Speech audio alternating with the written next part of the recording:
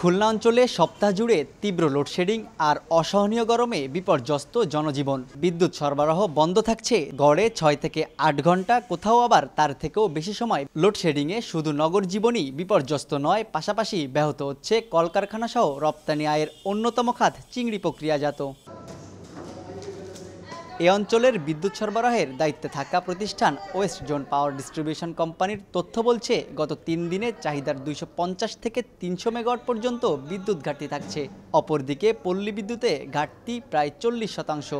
Current গেলে তো ঘন্টার পর ঘন্টা আসতেছে না, বেড়াকো মাল আছে ডেলিভারি দিতে পারতেছি না, বাচ্চারা অসুস্থ হয়ে পড়তেছে, এই যে ফ্যাক্টরিতে এসে কাজ করতে পারতেছি না, প্রোডাকশনের কাজও ঠিক মতন হচ্ছে না। তবে বিদ্যুৎ বিভাগ বলছে, জাতীয় গ্রিড থেকে বরাদ্দ কম পাওয়াতে সৃষ্টি হয়েছে জটিলতা। চেষ্টা চলছে সমাধানের। 15% মতো এলাকায় বিদ্যুৎ সরবরাহ কম হচ্ছে, কিন্তু আমরা যা পাচ্ছি সেটা সুষ্ঠুভাবে বন্টনের চেষ্টা করছি। নগদের কাছে সব গ্রাহকই প্রিয়, তাই তো সারা দেশে ক্যাশ আউট চার্জ সবচেয়ে কম। ওয়েস্ট জোন পাওয়ার ডিস্ট্রিবিউশন কোম্পানির আওতায় খুলনা নগরীতে ২,৬৪,১৮৬ জন এবং ৮টি উপজেলায় ৪,৯৯৫ জন পল্লী বিদ্যুতের গ্রাহক রয়েছে। ব্যবসায়ীরা বলছেন, গত এক সপ্তাহের তীব্র লোডশেডিংয়ে খুলনাতে শুধু চিংড়ি খাতেই ক্ষতি হয়েছে অন্তত ১ কোটি টাকা। সামগ্রিক খাতসমূহ বিশ্লেষণ করলে আর্থিক ক্ষতির পরিমাণ দাঁড়াবে কয়েক গুণে।